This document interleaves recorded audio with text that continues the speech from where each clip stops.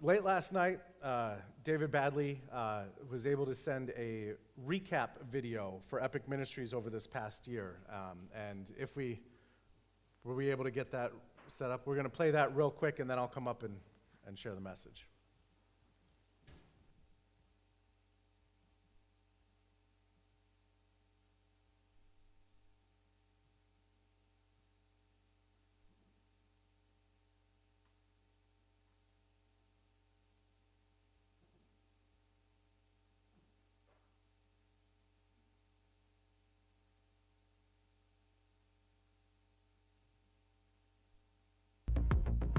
You don't know what it's like to be me. What if we're all the same in different kinds of ways? Can you relate? We both know what it's like to be hurt. We both know what it's like to feel pain. But I think it's safe to say we're on to better days. Can you relate? Can you relate? Have you ever been left when you should have been loved? Has there ever been a time when you stayed but you should have run? Cause I've been real, I've been fake. Been a sinner, been a saint. I've been right, I've been so wrong. Yeah, I've made. You don't know what it's like to be me. What if we're all the same in different kinds of ways? Can you relate? We both know what it's like to be hurt. We both know what it's like to feel pain. But I think it's safe to say we're on to better days. Can you relate? Can you relate? Have you ever been left when you should have been loved? Has there ever been a time when you stayed but you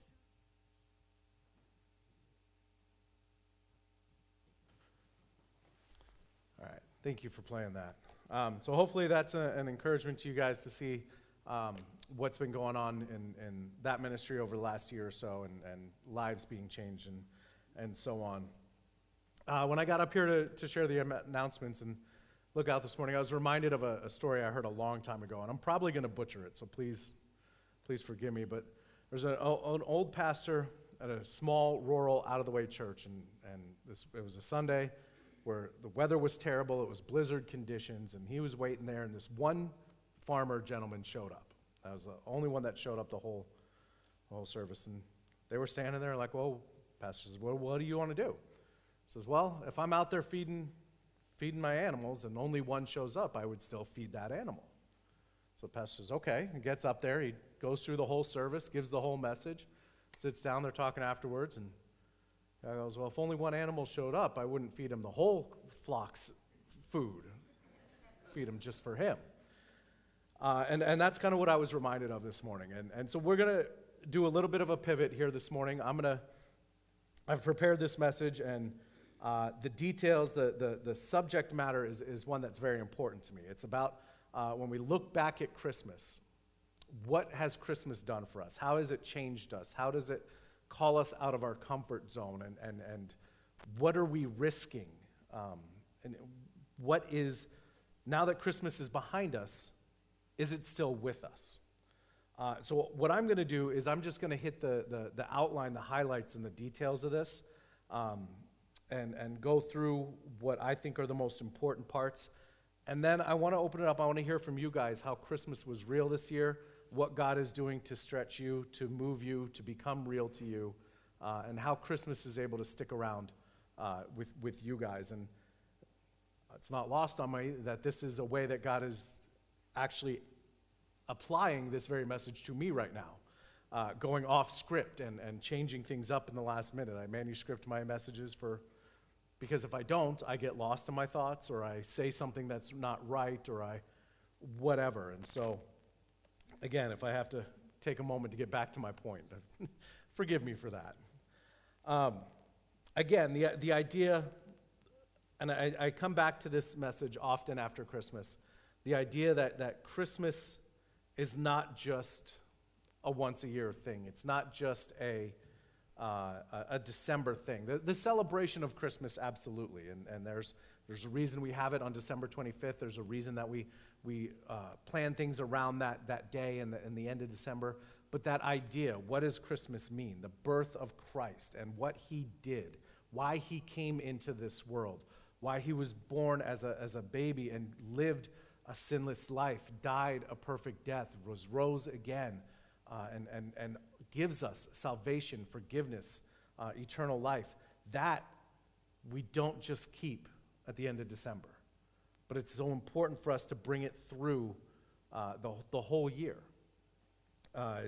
We talk about the characters of the Christmas story. The four that I focus on, we've got Mary, who was pulled out of her regular, normal young lady life. And angels appeared to her and told her that she was going to give birth. A virgin, a young lady giving birth. And how that just completely changed everything, not only in her life, but in our life as well, even here today. Think of Joseph and how the angel came and told Joseph, no, you're betrothed to Mary, you're still going to marry Mary. She's not cheating on you, there's nothing going on, this is from God. So follow me and do and continue to do what you were going to do. We have the shepherds who were out in the middle of a field and were not a part of society. And yet angels appeared to them and say, hey, this baby is born. This is important. You need to go see what's happening. And we have the wise men who came, who saw a star in the sky from however many hundreds of miles away, maybe thousands of miles away. And they knew enough about history and religion, and the Hebrew religion specifically, the Judaism, and astrology and astronomy to know that this star meant something, that it wasn't just, oh, hey, there's a new light that I hadn't noticed before, but that meant something, and they followed it to go find this newborn King of the Jews. And those are four characters in this story that risked a lot and were significantly changed by that night and what Christmas is. We look at Mary risking, well, her marriage for one, her life for another, the idea being that nobody was going to believe her, that an angel told her that she was pregnant by the hand of God, but instead her and Joseph were doing stuff they weren't supposed to, or she was committing adultery and cheating on him. The punishment in the Jewish law for that adultery was stoning. So she was risking her life to say, yes, Lord, I will do what you have called me to do. Joseph was risking his reputation and his livelihood and so much more to say, no, she's done nothing wrong. I'm still going to marry her, and we are going to be the family that God has called us to be. People, especially then, and to a certain extent now, we make decisions on businesses and individuals that we go to and we spend our money on based on character, based on where that money's going to go, based on what those companies believe and where they put their money. It would have been the same thing. If they think that Joseph was somebody of ill character, whose reputation was shot, a lot of people would have chose not to go to him for their building and carpenter needs. Now, I think in the long run for him, his character, his work ethic, the quality of his work would have shown through, and in the long run he would have been okay, but there's no way he could have known that. The shepherds risked their career, they risked their flock, they risked their livelihood to leave their flock out in the fields and to go into Bethlehem to follow what the angels said, to meet this newborn baby. They would have been shunned completely if something had happened to their flock and they weren't there to deal with it. I like the idea that these shepherds were kind of a pre-filling of one of Jesus' parables, where he talks about leaving the 99 and going after the one. And that's what these shepherds did. They left their flock to go after the one and see that. Magi risked their lives with this long travel. They risked leaving everything behind from where they came from.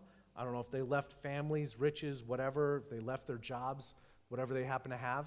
But they were risking everything to come and travel for so far. They didn't know at the beginning how much they risked their lives when they came in front of Herod and said, "Where is this newborn king of the Jews?" But Herod was going to use them to find this new threat to him, to kill the baby and then to kill the Magi. So these characters risked their world. They risked everything to follow what God had planned out and what God had laid out for them. They risked everything to go see this newborn baby. In the Magi's case, probably a toddler.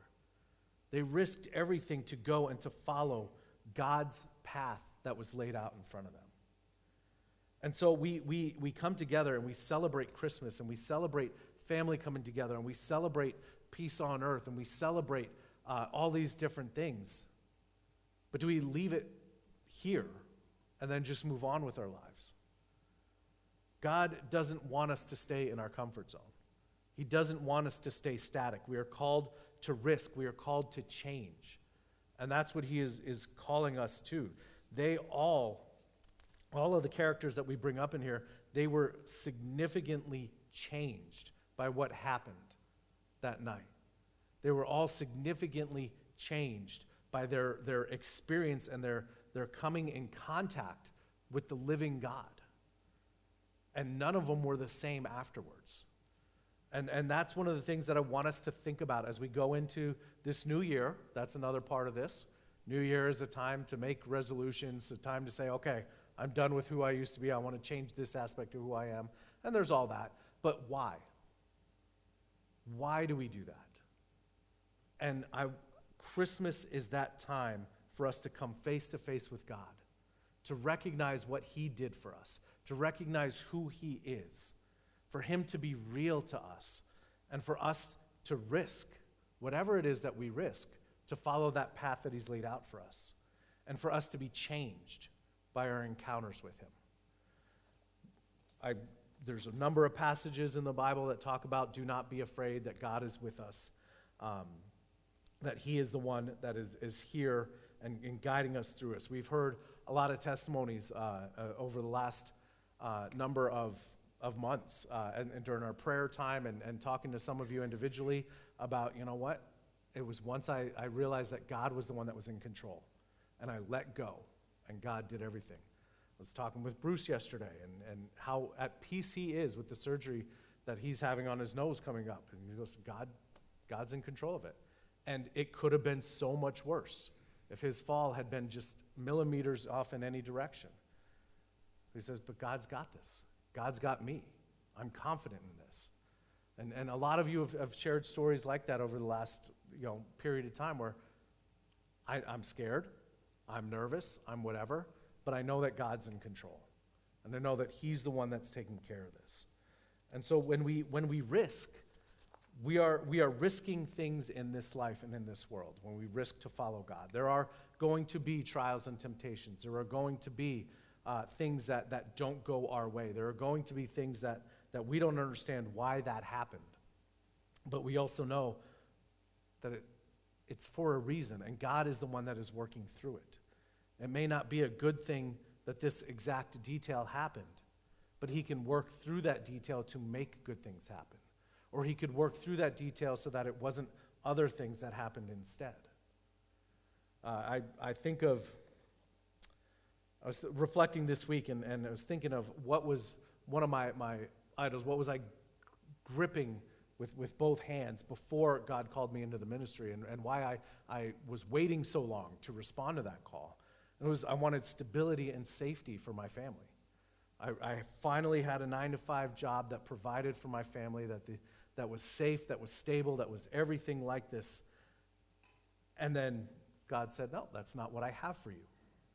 And now, in about the last 11 years or so, my oldest kids have lived in 5 different states. That's not stability. But as I was reflecting on that, it reminded me of C.S. Lewis And then Lion, the Witch, and the Wardrobe.